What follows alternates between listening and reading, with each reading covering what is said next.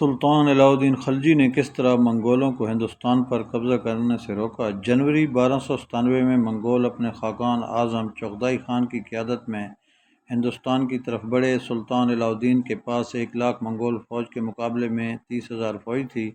فوج کا ایک بڑا حصہ مختلف ہندو ریاستوں کے خلاف جنگ کرنے میں مصروف تھا۔ باہمی مشاورت کے بعد یہ طے پایا ساری فوج صرف ہاتھیوں پر سوار ہوگی۔ منگول زیادہ تر سرائے گوپی میں پائے جانے والے 2 کہانے والے اونٹوں پر سوار تھے، جن کے مقابلے میں ہاتھی قدرے اونچے اور طاقتور تھے۔ اس طرح ایک تو منگولوں پر اونچائی سے وار کرنے میں آسانی ہوگی، دوسری طرف ہاتھی اور اونٹوں پر ہیبت طاری ہوگی جس سے وہ بدک کر اپنی سواروں کو گرا دیں گے۔ اس حکمت عملی کو عملی جامہ پہناتے ہوئے ہندوستان سے ہزاروں ہاتھی اکٹھے کیے گئے، جن کو جنگ کے لیے سدھانے کی نگرانی علاء الدین خلجی نے خود کی، اور پورے ہندوستان سے بڑی تعداد میں ہاتھیوں کی معاونت بلائے گئے۔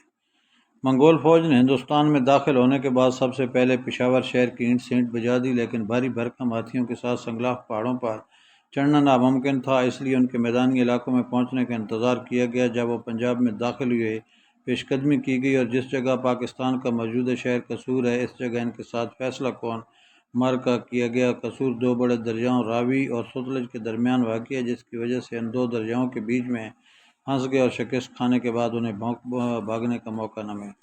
6 فروری 1298 کو یہ فیصلہ کن معرکہ ہوا۔ علاء الدین کی فوج کی قیادت 2 مایہ ناز جنرل نے سنبھالی ہوئی تھی۔ ان کے ہاتھیوں پر سوار ہونے کی حکمت عملی کافی حد تک کامیاب رہی۔ اونچائی سے دشمن پر تیر چلانا، نیزے کا وار کرنا آسان تھا۔